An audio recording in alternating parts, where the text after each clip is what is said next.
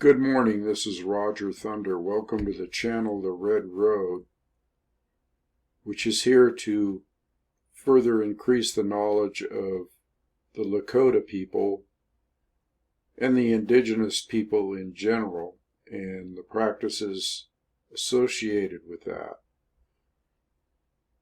Last time we left off on the cards, it was card 37, and so this is a continuation of the Lakota language series, Lakota language and spirituality series. So we're going to just jump right into the next card here, which is called Peta Hokan. Peta Hokan. Peta means fire or the fire pit. That's what this represents.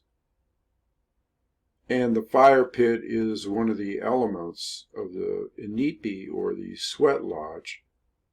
Several elements here. You have the pathway, and the mound, and the fire pit. And then you have inside the sweat lodge, you have where the stones are heated. But we will get to that. What this card represents is inner fire, motivation, and vision, as well as spirit. Okay.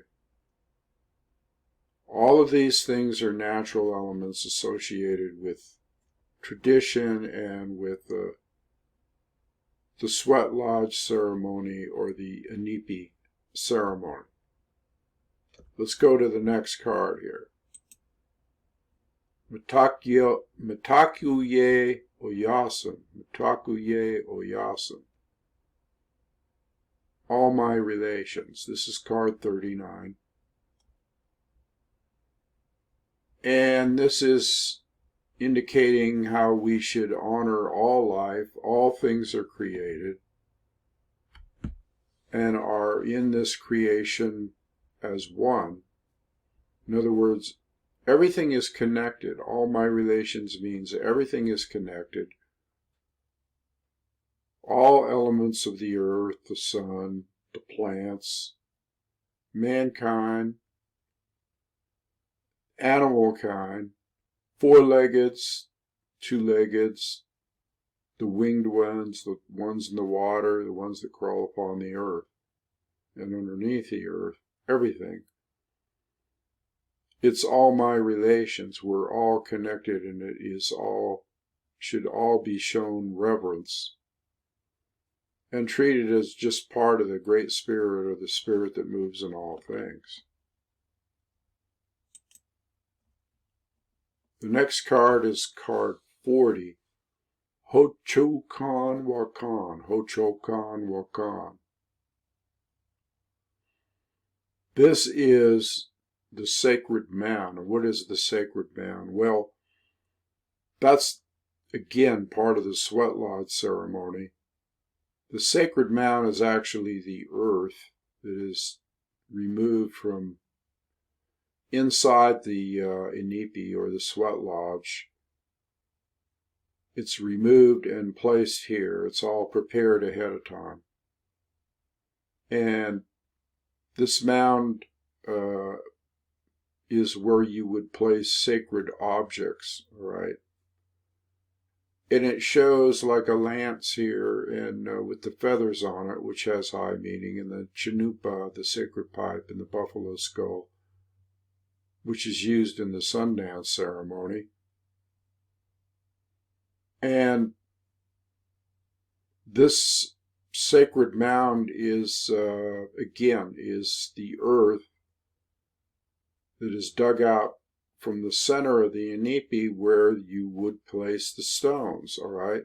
So before this, we had Peta, or the fire, which heats the stones, or the fire pit.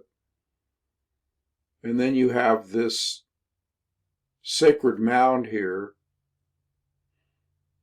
which indicates also Mother Earth, and it also indicates the mole, the animal, the mole, which is revered because it is so close to Mother Earth and burrows into Mother Earth.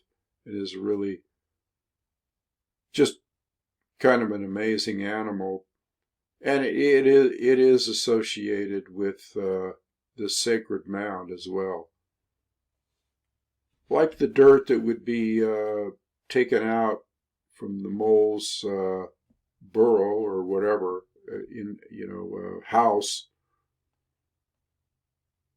But it is actually the earth from the middle of the inipi or the sweat lodge. Everything is connected here. Here's just a picture of that.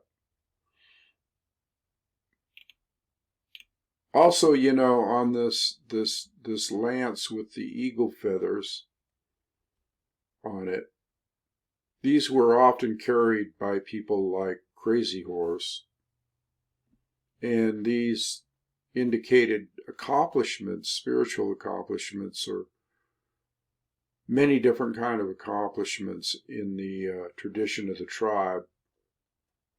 It showed basically it was a thing of honor, really. So anyway, I digress, but sacred objects are placed on the mound to enhance the whole inipi ceremony. The next card is creativity, mini wachoni. Water is life, but this is just mini, meaning water. But you've often heard the term water is life because water is life. Our bodies are made up of probably 98% water. Along with that is the elements of earth. So you can see we are directly connected and created out of the consciousness of Mother Earth. This, I've made notes on this card that it could represent creativity, going with the flow of life, and expressing yourself, being able to express yourself. Water is a very important element in everything, in a lot of different traditions, including Taoism, which I mentioned earlier. So, about the mind like water and the calm mind and that type of thing. So water is a very important element. It also is used. Water is actually poured over the rocks in the middle of the sweat lodge or the inipi to cause steam to come up, to heat up the sweat lodge. And so that water is transformed into steam, and then the steam is, as I said in an earlier card, tukashila, or grandfather's breath, which carries all your prayers and thoughts and hopes and whatever you're going through in the sweat lodge is actually an offering. The steam is almost like a Holy Spirit. So we'll go to the next card here. Neon. Now we had this earlier, this card Neon, which represented the spirit of man, right? So again, the spirit of man is life force, it's prana, it's chi, it's breath. So if you were to look at this card and want to meditate upon it or reflect upon it, you could think of those different aspects. You could think of those. And so the life force and prana is actually the higher spirit of man. Again, it's all one. Wakantanka Tukashila Unsimaka. Grandfather, grandmother, Unsimaka. Tukashila, grandfather's breath, or spirit, or the spirit that moves in all things, or connects all things, or is a mediator between all things.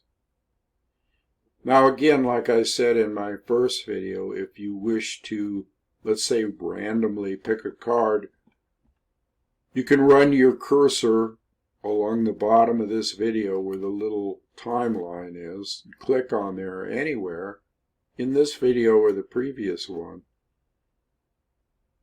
and a card will come up. You might have to go back and forth a little to get to the beginning of the card.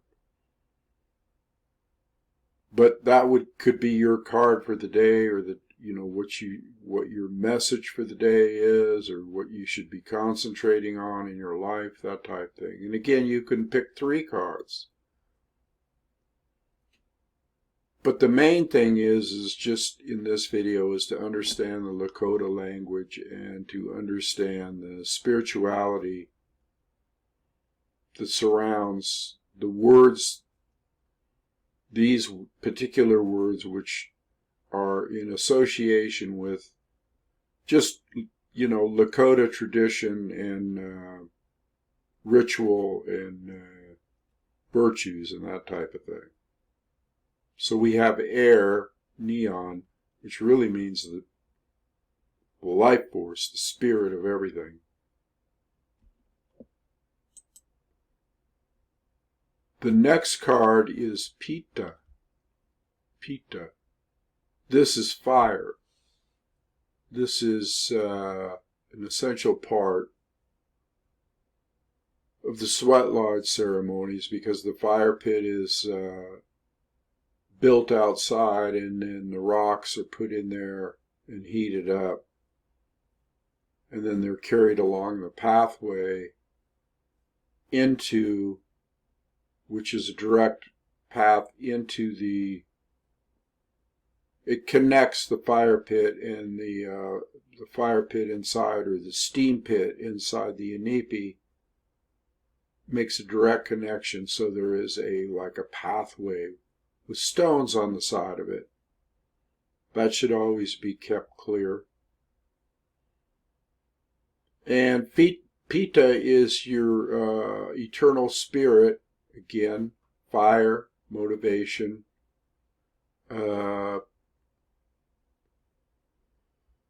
I made a note on here from Archie Fire Lamedeer's book, which accompanies these cards, to mean, eternal spirit, giving to others, that type thing, being activated. Peta, fire. Maka, earth. Nurturing ourselves, nurturing others. The earth nurtures us. Grandmother nurtures us. Grandmother is us. We are part of grandmother. We are the anthropos, or the animals or beings on this planet. So this indicates acceptance, nurturing ourselves and nurturing others. And so we will get to the word unsi, which goes with unsi maka, which means grandmother. We will get to that.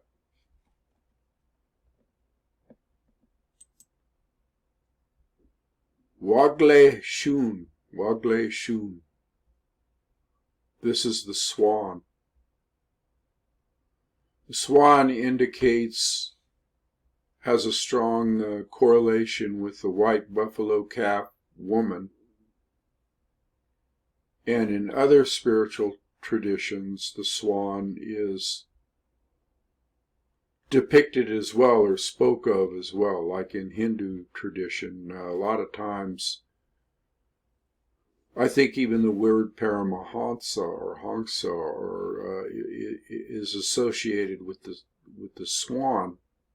He was a great yogi, and you find the swan in other traditions representing the same thing. Love, basically, the kind of like the highest form of love. And made notes on here. Love replaces fear, being at peace with all. Being at peace with all. So this is a very beautiful image.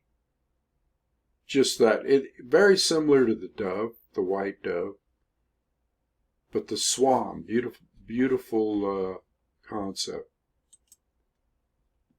Here we go with Unsi. Okay, so Unsi is the feminine side, or the right brain, or your creativity.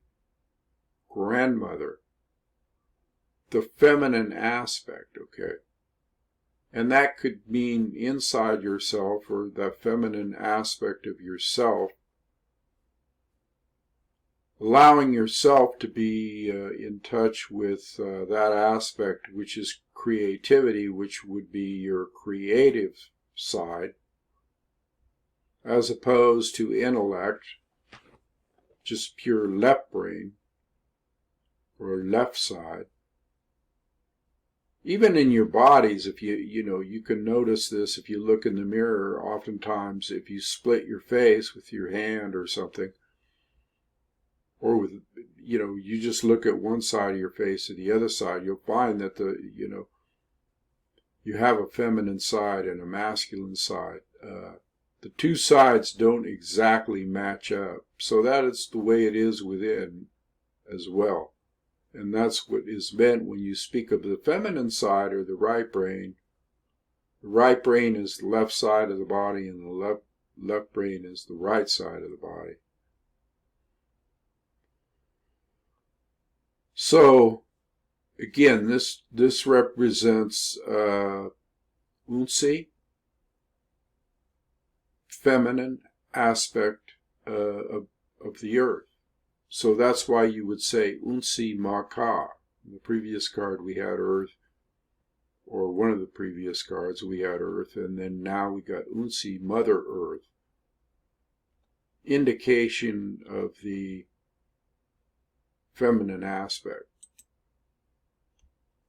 Aishinuti. Aishinuti. Moontime. Interesting card. Allow spiritual forces within you to flow. This card is representative of the time of the month for the woman, moontime, when things flow. And it just always was revered by the Lakota people, moontime, the woman's time, because that seemed to be a time where you could come into great power and great intuition and great spirituality, or exhibiting that during that time. Just was considered a very sacred time. Reverence for that time, reverence for the woman, reverence for the feminine, reverence for the creative aspect of the universe. Aishinuti, moontime. Wahinhaya, Wahinhaya, or Heya. That is the mole that I talked about earlier. That is recreating yourself, detaching from the past, power to heal and to change at any moment. Yeah, this is a beautiful concept. This is a concept. This is a faith concept. This is a hope concept. This is you can do it concept. You can change. You can recreate yourself at any moment. The past is the past, and you can heal it, you can let go of it, you can change it. If you change the past in your mind, then it'll affect who you are right now. It has an effect. Like, say you wanted to go back to when you were a kid, or at a certain age, 16 or 10 or 12 or whatever, and you wanted to reacquaint yourself with that past and heal something and then let it go. The you that is now, that is much wiser, could actually give advice or heal the you that was back then as a kid. And the kid is going to have a lot to offer you as well. It's kind of a mutual admiration society or a mutual teaching society between your former self and your present self. In other words, you know, what if you could go to yourself as, let's say, a father to the son? Or what if the son could ask the father a question which would trigger insight and intuition? It's a beautiful thing, really, when you think of it that way. So, Wahinhaya, the mole. This is the last card, I do believe. Hbla.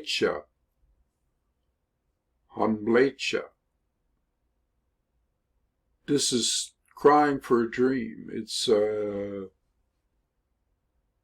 inner vision, retreating to the voice within. Take note of inner promptings. Now, in actuality, a Hbla is when you dig a pit on the side of a mountain, or in some area, some remote area, and you seek a vision. You go in that pit, and I think the only thing you may have a blanket, but you are to spend 3 or 4 days in that pit without food or water, okay? And I mentioned earlier that you can only live like 4 days without,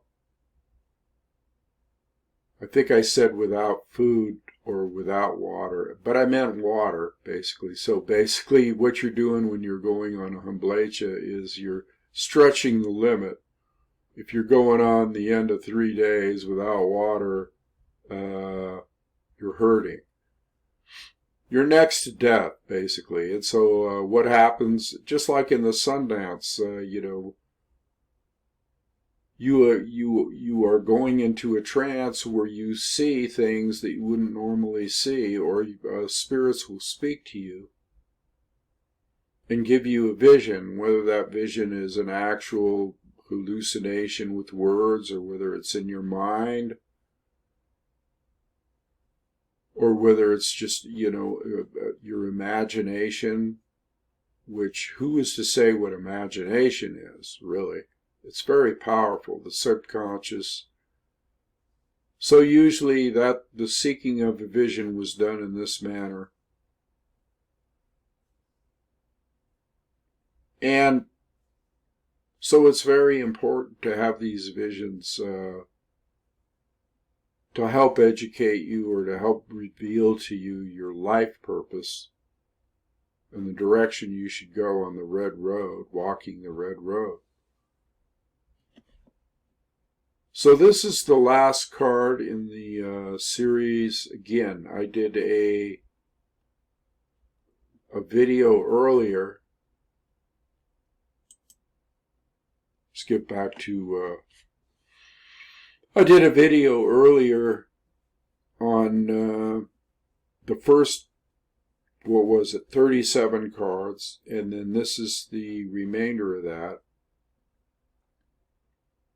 So it would be good to kind of be able to review all the cards, keep these two together, and again, you can go along the bottom of the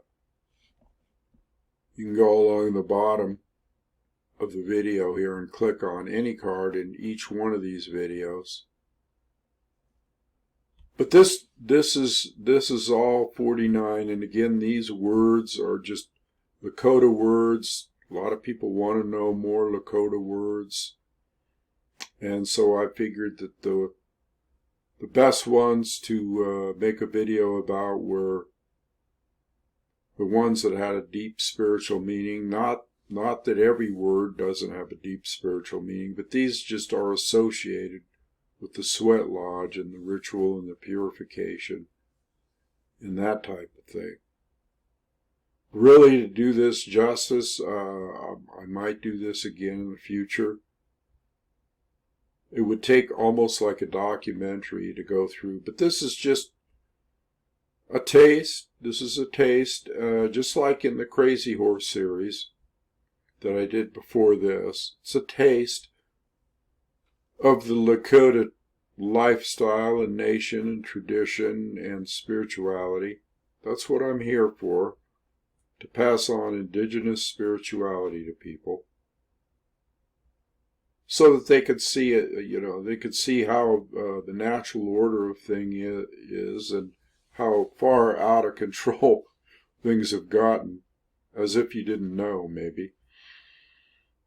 So anyway, that's going to end this video, and what I'd like to do now is go to this graphic, which shows my website, Spirit of Crazy Horse. This is the header, and then this is spiritofcrazyhorse.com, which is a link down in the show notes and in the comments section. If you go there, you will find, this is like a sister channel or website to this channel, the Red Road. And then we have the Red Road Prayer Circle. And then you have also, I'm showing you, rogerthunderhands@gmail.com if you wish to contact me. I do appreciate donations to keep this channel up and running, and I give a gift in return for those donations, which is a PDF copy of either this book, well, this one, Listen to the Wind, Visionary Award-winning book, Listen to the Wind, Speak from the Heart. Just thoughts in the indigenous tradition and a little bit of Taoism mixed in. And then this book, I was thinking about this book the other day, what a profound effect. I don't really mention this book as much, but this is actually a romantic novel, Journey of Twin Souls. But this book is heavy. I've had some pretty heavy reactions off of this book from people, because I call it a shaman's Bible, in the form of a novel, and actually the novel is patterned after a lot of parts of my life, and I teach a lot of shamanistic things. But the romance part, the twin soul part, is very, very heavy.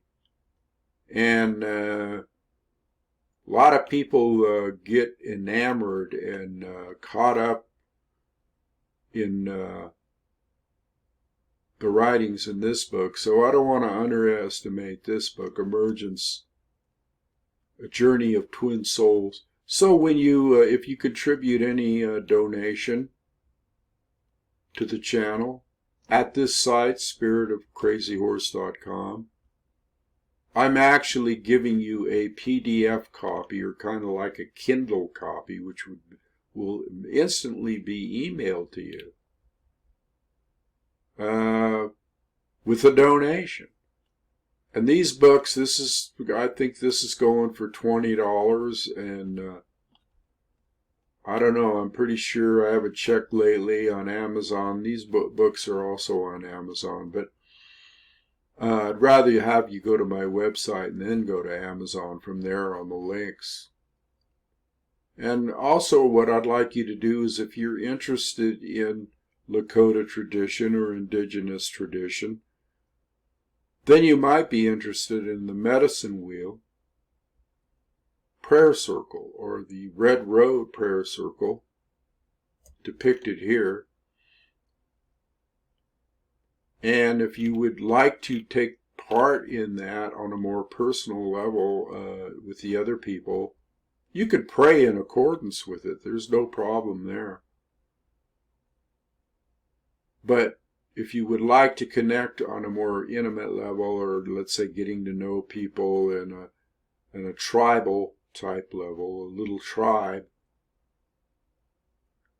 you can ask to join this circle through this email here. So anyway, I think I'm going to leave it there today. I appreciate if you would like the video and subscribe to the channel, especially if you're interested in this type of stuff. I know a lot of people in Europe. See, I was thinking about this the other day. It's kind of funny. I was thinking about there's a lot of people in Europe and Germany and Sweden and places like that that really, really appreciate indigenous spirituality and actually have powwows. And so I would love, if any of you are watching this, for you to circulate this out there in the European community. Not that people in America aren't involved in this. Some people, besides the original inhabitants of this land, my brothers and sisters. But I definitely know that there's an interest in Europe, and they need this too right now. So anyway, I enjoyed being here. This is the Red Road. This is Roger Thunder. So at this time, I'll just kind of